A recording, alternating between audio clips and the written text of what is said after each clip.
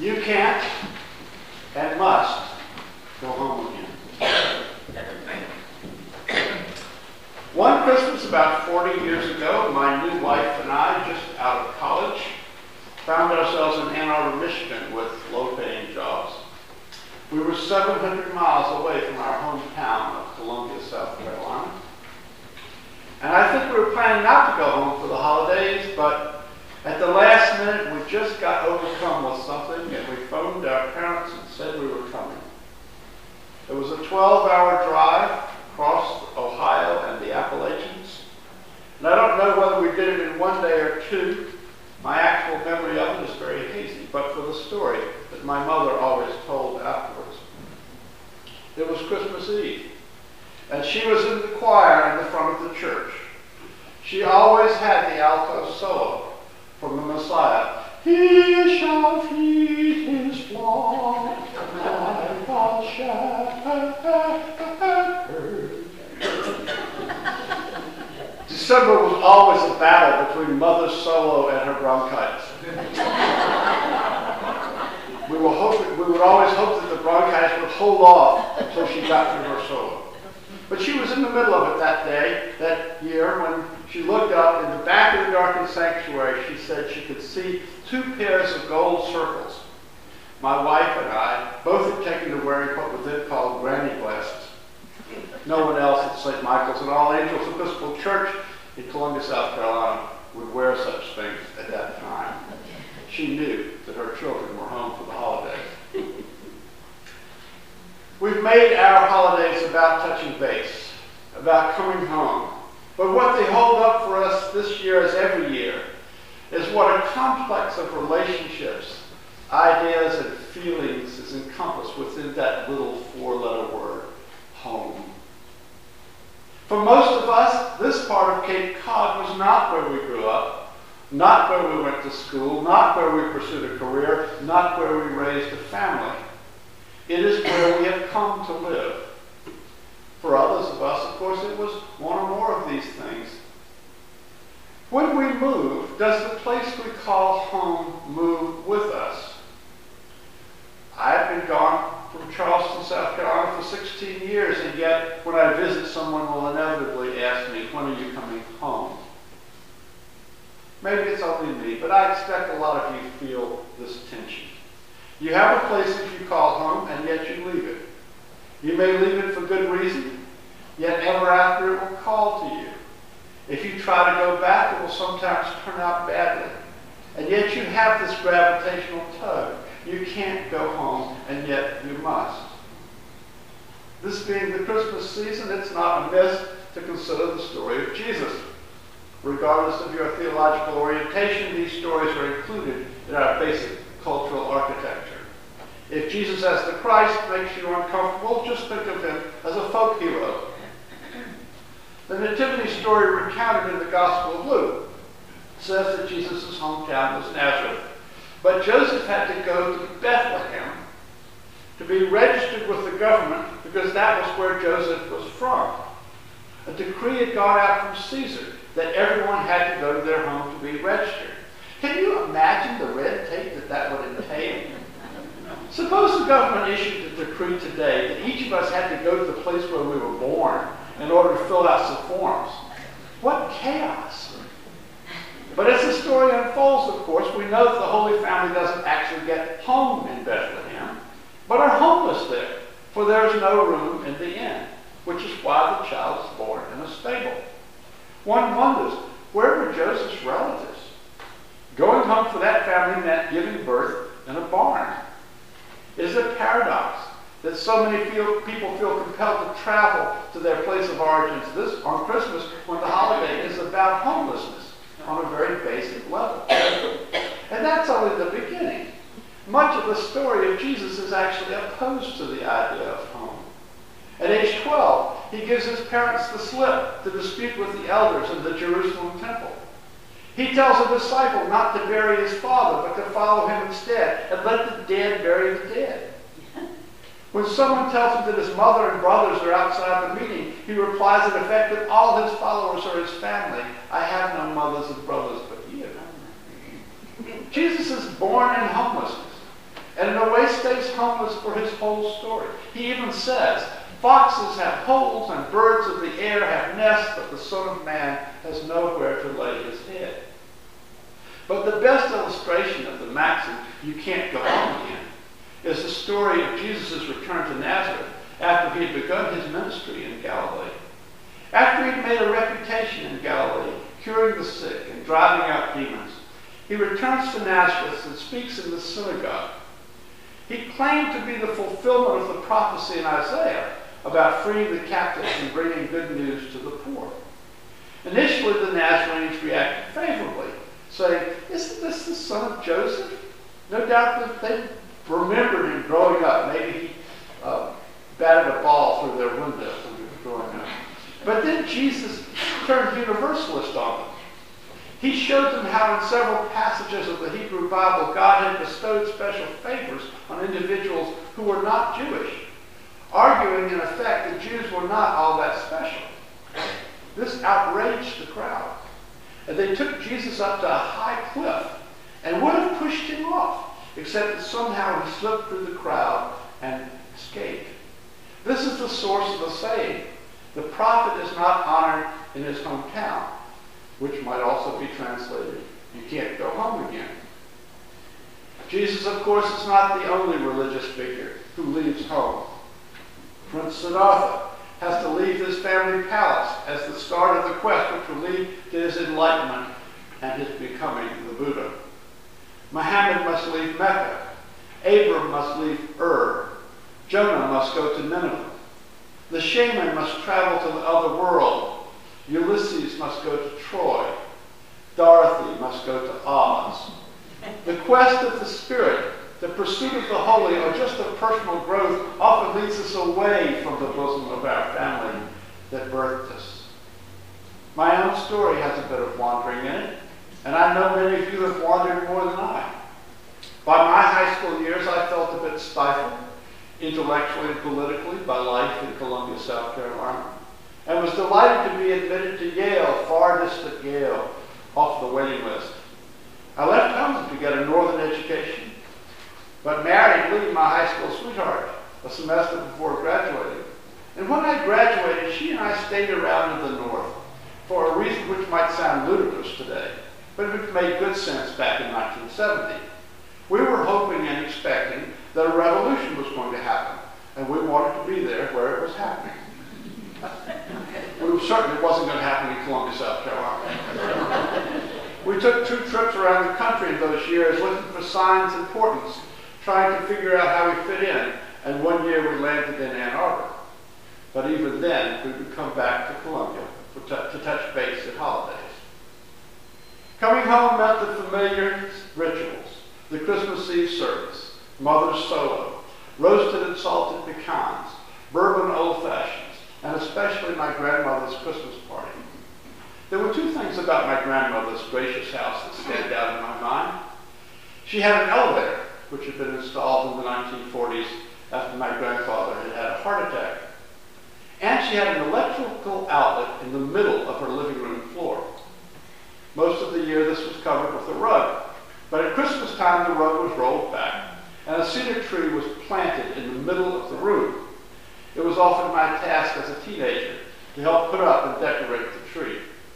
The outlet in the middle meant that you could light the tree without having wires to trip over if you walked around it. And the payoff for this came at the highlight of the Christmas Eve party, when the whole family held hands and circled around the tree, singing a carol that I've never heard anyone everywhere else. Shine out, O blessed star, promise of the dawn, glad tidings send afar, Christ the Lord is born. Ring, ring, happy bells, bells of Christmas. Ring, ring, happy bells, Christ the Lord is born. When you got to the bell ringing part, you'd stop circling and you'd ring your bells. Hold hands and ring your bell. Now that illustrates the way you can go home. Memory. Memory is a path back home. But of course memory fades. New experiences crowd out the old ones. So it helps if there's a ritual that happened every year. That you don't have to remember a specific time. You can remember how we used to do it. But with all that, we didn't come back to Columbia for good. When Lee and I got out of law school, we decided to move back to South Carolina, but to a place we felt had more character and charm, Charleston. For we were by that time thoroughgoing liberals, and being 100 miles away from our native city seemed like a good idea to avoid embarrassing our conservative family or being embarrassed by them. Now, all this is several stages of life ago. The reason I couldn't go back home then was the cultural and political differences with my relatives and the society in which I grew up. The reason I can't go back today, which is the reason many of you can't go back today, is because it isn't there. Some of the houses are there, but the people have largely scattered or died. And I expect a lot of you are in this same situation. The last strong link for me was my mother. And when I went back to Columbia for her funeral 2 years ago, I had to face up to the fact that I left home as a young man and never came back to live. I gave the eulogy, and in it I confronted the awkwardness that not only myself, but all of Mother's 5 children had left Columbia, and thus the care of her in the dementia of her later years had been borne by her third husband, Stuart, a godsend to her and to all of us, and by the cousins who had stayed in town and dutifully visited their Aunt Bessie. I tried to express that this was a debt that children could never repay. Home. What is it? If it is the place I came from, I will always have a fatally contradictory relation to it in my heart. While I'm away from South Carolina, I yearn for it. I make collard greens, and I wear hats with palmetto tree insignias on them. Read the local newspapers online to keep up with the latest political outrages from that crazy state. But I'm only to be in the state for a few hours on a visit to be reminded of why I left. But fortunately, home is not just the place you were born. Fortunately, there is no decree requiring you to go back to that place. Most of us have the ability to nest, to make a home where we find ourselves. Most of you moved here from elsewhere, but you have made a home here for years or decades. I know many of you have established this as the place to which your children and grandchildren, and in some cases great-grandchildren, repair for family gatherings.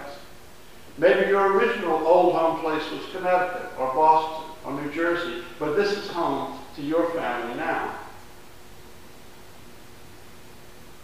In the poem Death of a Hired Man, Robert Frost imagines a dialogue between a New England farm couple after Silas, an elderly man who's done farm work for them before, has suddenly shown up on their doorstep after being absent a long time. Though Silas told the wife he wanted to help with some farm projects, she and her husband, in talking about it, conclude that he has come back to die. Warren, she said, he has come home to die. You needn't be afraid he'll leave you this time. Home, he mocked gently. Yes, what else but home? It all depends on what you mean by home. Of course, he's nothing to us any more than was the hound that came a stranger to us out of the woods, worn out upon the trail. And in response to this statement, the wife gives her definition of home, which is often quoted. Home is the place where, when you have to go there, they have to take you in. In other words, my friends, home is not made of bricks and mortar or wood and glass. Home is made of kinship, of obligation, of fellow feeling, of love. This poem of Frost is a poignant cast when we read it against the parable of the prodigal son I read earlier. The prodigal son, after spending all his inheritance, wants to come back to be treated like a hired hand.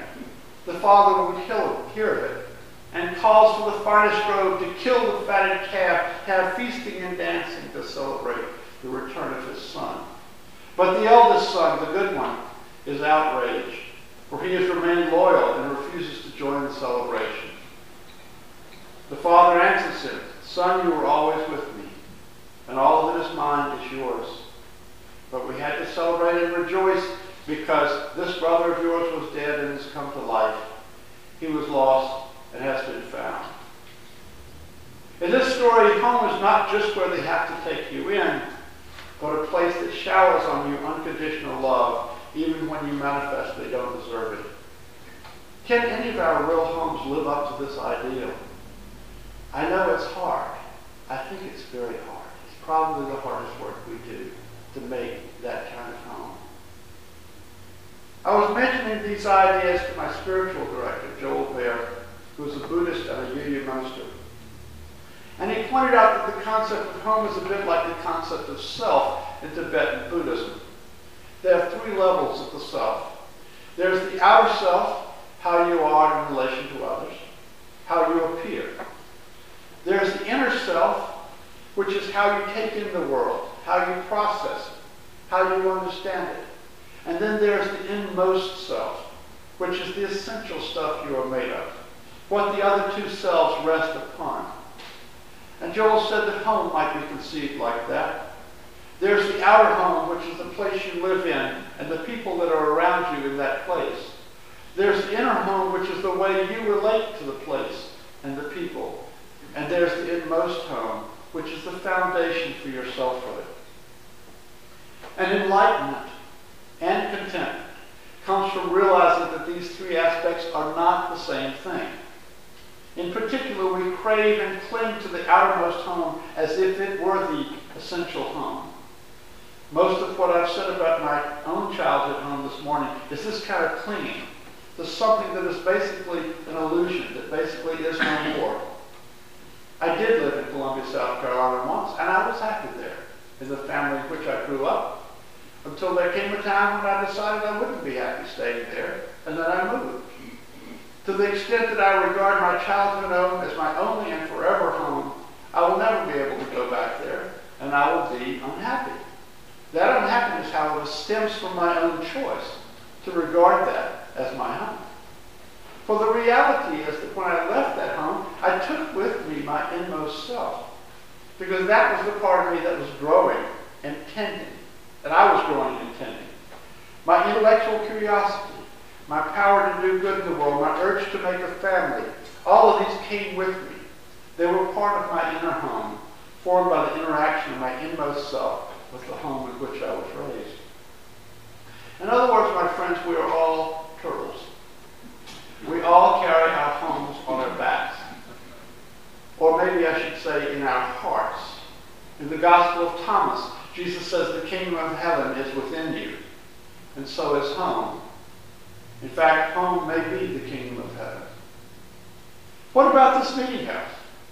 This building is now identified with this church, but we all know that 15 years ago, this church did not have a building.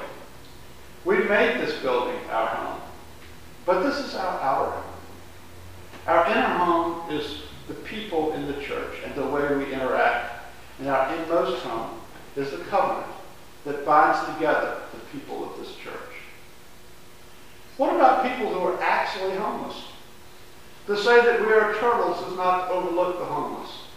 Homelessness was the plight of Mary and Joseph, and it is still a terrible condition to be in. Still today, many people find that there's no room in the inn. There's an event in Hyannis at noon on December 21st, where among other things they will remember the homeless that died, who have died out here on the Cape this year. I'm going to try to be there. Last year we heard Billy Bishop speak here about his organization, Homeless Not Hopeless.